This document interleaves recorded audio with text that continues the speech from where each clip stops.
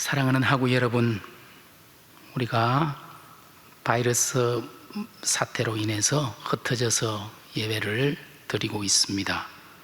오늘은 근심이 도리어 기쁨이 되리라, 우리 주님께서 하셨던 말씀, 이 말씀을 중심으로 여러분과 함께 우리 주님 주시는 위로를 받고자 합니다.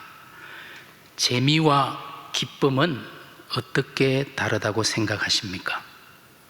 일단 글자가 다릅니다. 재미, 기쁨, 영어로 해도 아마도 재미는 fun, 기쁨은 joy 정도로 번역할 수 있겠죠. 저는 재미는 바깥에서 오는 것이고 기쁨은 안에서 생기는 것이라고 구별하겠습니다. 다시 말하면 재미는 환경 때문에 생기는 것이고 기쁨은 환경에 관계없이 솟아나는 것입니다. 자기가 좋아하는 스포츠를 하면 참 재미있습니다. 탁구든 족구든 농구든 축구든 어떤 스포츠든 자기가 좋아하는 운동을 하면 그것 때문에 재미있습니다. 게임도 그렇겠지요. 특별히 이기면 더 재미있습니다. 물론 세상을 사는 재미는 있어야 합니다. 집에서도 직장이나 학교나 교회에서도 재미있어야 합니다. 재미있는 것이 나쁜 것이 아닙니다. 그러나 너무 재미만을 쫓아 살게 되면 재미를 주는 상황이나 환경이 없어졌을 때 허전함을 느끼게 될 것이고 어쩌면 인생의 의미마저 상실하게 될지도 모릅니다. 그러나 기쁨은 밖에서 오는 것이 아니라 안에서 샘솟는 것이기 때문에 환경에 관계없이 상황을 초월하는 것입니다. 사도행전 16장에 바울과 실라가 전도하다가 빌립보의 감옥에 갇혔을 때 큰 소리로 감옥 안에서 찬양했다고 기록되어 있습니다. 왜 찬양했습니까? 죽을 정도로 맞아 피가 터진 것이 찬양할 상황입니까? 억울하게 손발이 쇠사슬에 묶여서 옥에 갇힌 것이 찬양할 환경입니까? 아닙니다. 그럼에도 불구하고 이들이 찬양한 것은 이들에게 남들은 알지 못하는 샘솟는 기쁨이 있었기 때문입니다. 바울이 타지의 옥에 갇혀 있으면서 빌립보의 교인들에게 보낸 편지에서 주 안에서 항상 기뻐하라, 내가 다시 말하노니 기뻐하라 말할 수 있었던 것은 그에게 우리가 알지 못하는 주님과의 비밀한 기쁨의 셈이 있었던 까닭입니다. 바울의 심중에는 어쩌면 찬송가 442장 후렴부의 가사처럼 주님 나와 동행을 하면서 나를 친구 삼으셨네, 우리 서로 받은 그 기쁨은 알 사람이 없도다, 이 고백이 있었던 것입니다. 오늘 주님과 나만의 비밀스러운 기쁨을 체험한 사람은 어떤 상황, 어떤 환경에도 불구하고 샘솟는 기쁨을 누리는 것입니다. 여러분에게는 주님과의 비밀한 기쁨이 있습니까? 사실 우리들 삶에는 기뻐할 일보다 슬퍼할 일이, 평안한 날보다는 근심스러운 날이 더 많을지도 모르겠습니다. 그리스도인들이 가지고 있는 오해 중 하나가 예수를 믿으면 예수가 우리를 지켜주셔서 나쁜 일은 면하게 해주시고 좋은 일만 생기게 해주신다는 생각입니다. 예수님이 무전 부적입니까? 아니면 급한 일이 있을 때 석석 문지르면 나타나서 문제를 해결해 주는 알라딘의 램프 속에 나오는 거인 지니입니까? 안타깝게도 부적도 램프 속의 거인도 아닙니다. 우리가 예수를 믿어도 슬픈 일이나 근심스러운 일이 별로 줄어들지 않는다는 것이 당황스럽기는 하지만 사실입니다. 예수 믿어도 접시는 깨지고 사고도 나고 바이러스에 감염되기도 합니다. 이쯤이면 어떤 분들은 그러면 내가 왜 예수를 믿어야 합니까? 반문할 수도 있습니다. 예수를 믿어도 슬픈 일, 근심스러운 일, 나쁜 일들이 똑같이 일어난다면 무엇 때문에 예수를 믿습니까? 단지 죽은 후에 천국에 가기 위한 보험입니까? 이렇게 항의할 분도 계실지 모르겠습니다. 그럼에도 불구하고 우리가 예수를 믿어야 할 이유가 있습니다. 예수 믿는 이유는 상황이나 환경을 바꾸기 위해서가 아닙니다. 예수를 믿는 진짜 이유는 나를 바꾸기 위한 것입니다. 그러므로서 하나님께 영광을 돌리고 그분의 뜻을 이루기 위함입니다. 예를 들어 볼까요? 베드로를 생각해 보시기 바랍니다. 부활하신 주님을 만나기 전 베드로는 어떤 사람이었습니까? 대제사장의 집 여종들이 당신 예수쟁이지요 했을 때 3번이나 자신은 예수를 모른다며 부인했던 사람입니다. 그냥 부인한 것이 아니라 침뱉고 저주하면서까지 부인했습니다.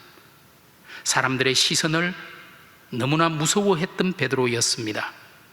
그러나 부활하신 주님을 만나고 난 후 베드로는 어떤 사람이었습니까? 모든 사람 앞에서 소리를 높여서 너희가 거룩하고 의로운 일을 거부하고 도리어 살인한 사람을 놓아주기를 구하여 생명의 주를 죽였도다. 그러나 하나님이 죽은 자 가운데서 그를 살리셨으니 우리가 이 일의 증인이라. 그러므로 너희가 회개하고 돌이켜 너희 죄 없이 함을 받으라 외쳤습니다. 자신을 죽일 권세를 가진 자들 앞에 서서도 뭐라고 고백합니까? 하나님 앞에서 너희 말 듣는 것이 하나님 말씀 듣는 것보다 옳은가 판단하라. 사람보다 하나님께 순종하는 것이 마땅하니라 당당히 말했습니다. 어떻게 이렇게 달라질 수 있었습니까? 베드로가 처한 상황이나 환경이 달라졌습니까? 전에는 예수쟁이를 죽였는데 이제는 예수쟁이를 살려주는 상황으로 돌변했습니까? 결코 아닙니다. 험악하고 위압적인 상황은 더 심해졌습니다. 상황이 바뀐 것이 아니라 사람이 바뀐 것입니다. 베드로가 바뀐 것입니다. 3번이나 주님을 부인했던 자신을 찾아오셔서 베드로야, 내가 나를 사랑하느냐 물으시고 내 양을 먹이라며 부탁하셨던 주님을 만난 후 그는 완전히 새 사람이 되었던 것입니다. 새 사람이 된 베드로는 이제는 새로운 시각으로 상황을 보게 된 것입니다. 마태복음 11장 28절 29절에 아마도 여러분들이 또 많은 분들이 좋아하는 성경 구절이 있습니다. 수고하고 무거운 짐진 자들아 다 내게로 오라. 내가 너희를 쉬게 하리라. 나는 마음이 온유하고 겸손하니 나의 멍에를 메고 내게 배우라. 그리하면 너희 마음이 쉼을 얻으리라 말씀입니다. 그런데 가만히 생각해 보면 좀 이상한 느낌이 들지 않습니까? 28절에 수고하고 무거운 짐진 자들아 다 내게로 오라 말했습니다. 그러면 29절에 어떤 말이 나와야 자연스럽습니까? 아마 이런 말이 있어야 되겠지요. 내가 너희의 짐을 다 벗겨서 대신 지고 가겠으니 너희는 빈몸으로 홀가분하게 따라오느라. 이런 식의 말씀이 나오는 것이 자연스럽습니다. 그러나 주님은 다르게 말씀하십니다. 나의 멍에를 메고 내게 배우라. 그러면 너희 마음이 쉼을 얻으리라 말씀하십니다. 잘 생각해 보면 이 말은 우리가 이고 지고 메고 있는 무거운 짐을 받아서 대신 져준다는 말이 아니라 우리 짐 위에다가 오히려 예수님의 짐을 하나 더 얹어 주신다는 이야기입니다. 오히려 짐이 더 많아지는 것입니다. 어쩌면 사실이 그렇습니다. 예수 믿으면 예수 믿지 않을 때의 짐 덩어리에다가 플러스 여러 가지 만만찮은 짐들이 더해집니다. 그런데 어떻게 주님은 나의 짐을 메면 너희 마음이 쉼을 얻으리라 말하는 것입니까? 주님의 짐을 메면 사람이 바뀌기 때문입니다. 생각이 바뀌기 때문입니다. 시각이 바뀌기 때문입니다. 어려운 짐은 그대로지만 그 짐을 바라보는 마음과 시각이 달라지기 때문에 이제 짐이 더 이상 짐이 아닙니다. 예전의 짐들이 더 이상 무겁지도 않을 뿐더러 중요한 것도 아닙니다. 그리스도 안에서 새로운 피조물이 되면 환경에 지배를 받던 사람에서 환경을 지배하는 사람으로 바뀌는 것을 믿으시기 바랍니다. 바울은 주님을 만나고 새 사람 된 후 감옥에서 죽음을 기다리면서도 디모데를 향해서 말합니다. 주를 위하여 갇힌 자 된 나를 부끄러워 말고 오직 하나님의 능력을 따라 복음과 함께 고난을 받으라 말합니다. 그리고 그는 주님을 위해서, 그리고 주님의 몸인 교회를 위해서라면 기꺼이 고난받기를 원했습니다. 그는 골로새 교인들에게 편지하면서 내가 이제 너희를 위하여 받는 괴로움을 기뻐하고 그리스도의 남은 고난을 그의 몸된 교회를 위하여 내 육체에 채우노라 고백했습니다.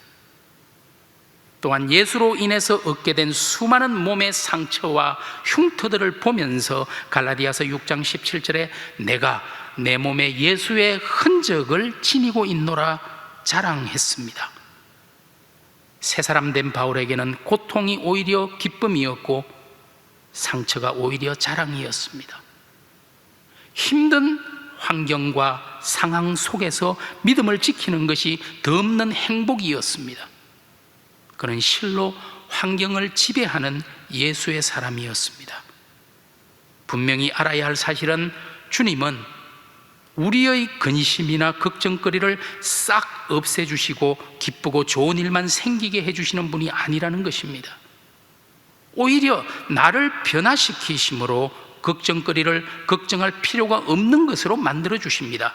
전에는 근심거리였지만 이제는 별거 아닌 것이 되어버립니다. 더 나아가서 근심이 변하여 도리어 기쁨이 되도록 하십니다. 오늘 본문 20절 마지막 후반부에 있는 것처럼 너희 근심이 도리어 기쁨이 되리라, 이 말씀이 실감나게 하십니다. 지금 우리는 신종 코로나 바이러스의 세계적 유행으로 인해 큰 시련을 겪고 있습니다. 일상이 무너지고 사람을 만날 수가 없고 함께 웃고 대화하면서 밥을 먹을 수 없고 학교의 강의실에서 수업을 할 수가 없고 심지어 예배조차 온라인으로 드려야 하는 듣지도 보지도 못한 상황으로 내몰렸습니다. 우리 공동체 안에서도 이 일로 인해 가족을 잃은 사람도 있고 생계가 막막한 지경에 놓인 사람도 있습니다. 무엇보다도 얼마나 이런 상황이 지속될지 몰라 불안하고 두렵습니다. 우리의 근심이 너무 무거워 짓눌려 죽게 된 상황입니다. 어떻게 하면 이 근심이 변하여 도리어 기쁨이 될 수 있을까요? 두 가지 사실을 기억한다면 우리는 어떤 상황이나 환경 가운데서도 기쁨을 빼앗기지 않을 수 있을 것입니다.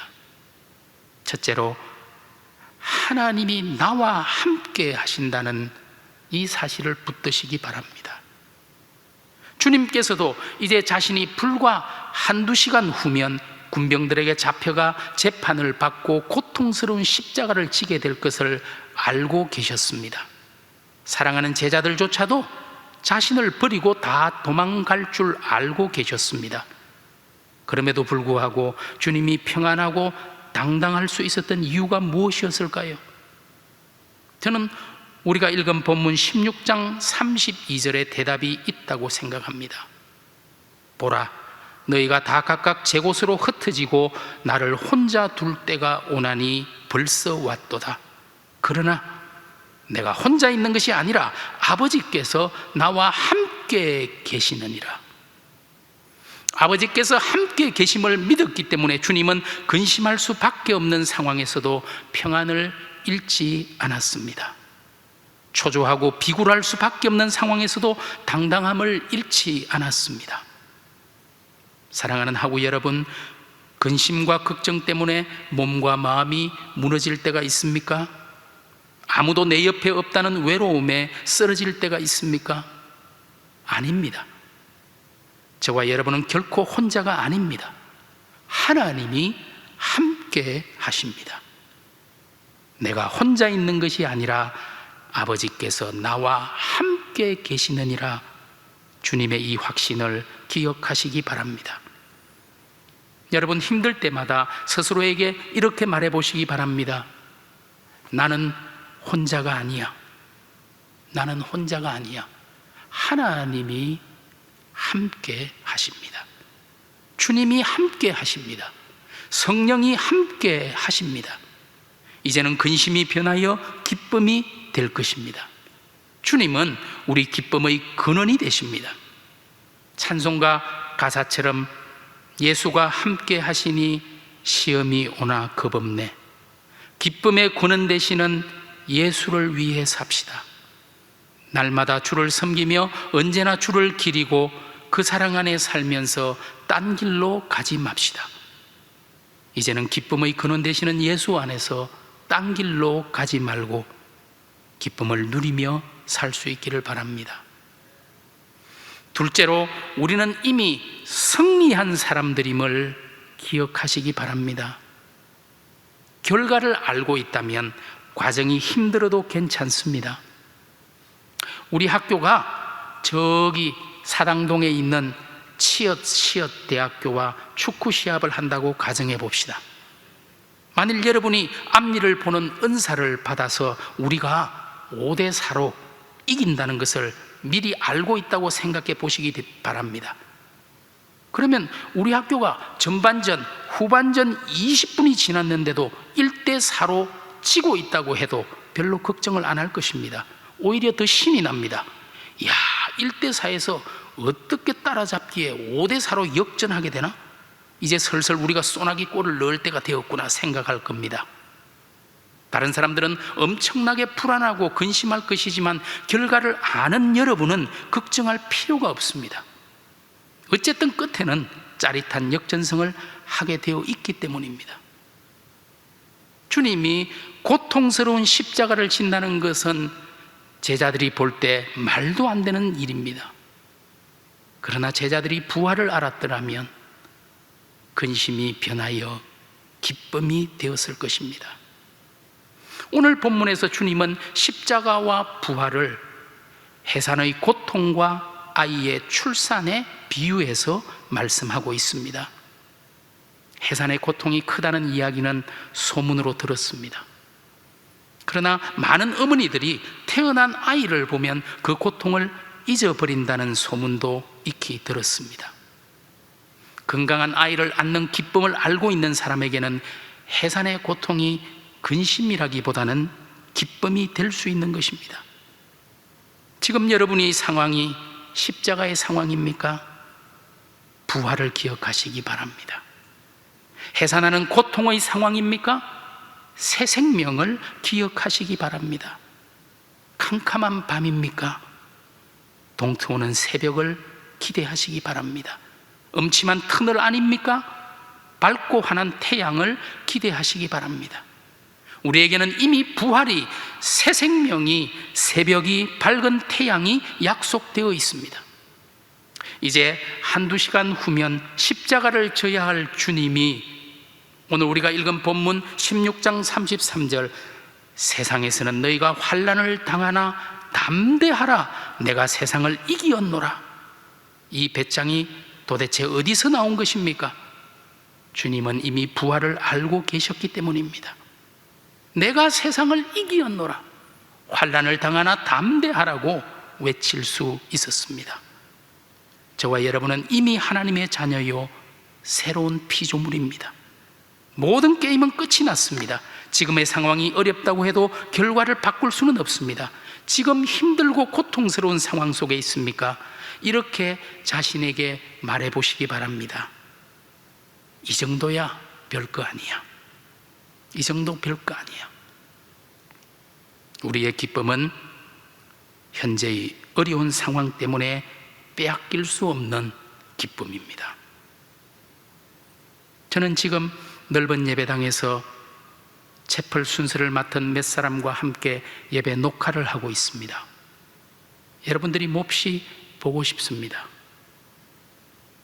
1,500여 명이 한 소리로 이 예배당이 울리도록 목소리 높여 찬양하는 그 광경이 너무도 그립습니다. 코로나19의 광풍이 잔잔해져 빨리 그날이 오기를 기대합니다. 저는 앞으로 이제 여러분이 예배 중에 좀 떠들어도, 예배에 집중하지 않고 딴전을 부려도 불평하지 않을 겁니다. 갈릴리 호수에 광풍이 불어 배에 탔던 예수와 제자들이 죽게 되었을 때 제자들은 주님, 우리가 죽게 되었나이다 부르짖었습니다. 그때 주님께서 제자들을 보시며 어찌하여 무서워하느냐? 너희 믿음이 어디 있느냐? 안타까워하시며 무서운 광풍을 잠잠케 해 주셨습니다. 오늘도 주님이 우리의 간절한 기도를 들으시고 코로나 바이러스의 광풍을 잠잠케 해 주실 것을 믿습니다. 하나님이 우리와 함께 하십니다. 부활하신 주님께서 이 근심이 변하여 기쁨이 되게 하실 줄 믿습니다. 시편 91편 3절과 4절의 약속입니다. 주님께서 참으로 우리를 악한 자의 덫에서 빼내 주시고 심한 전염병으로부터 지켜주실 것입니다.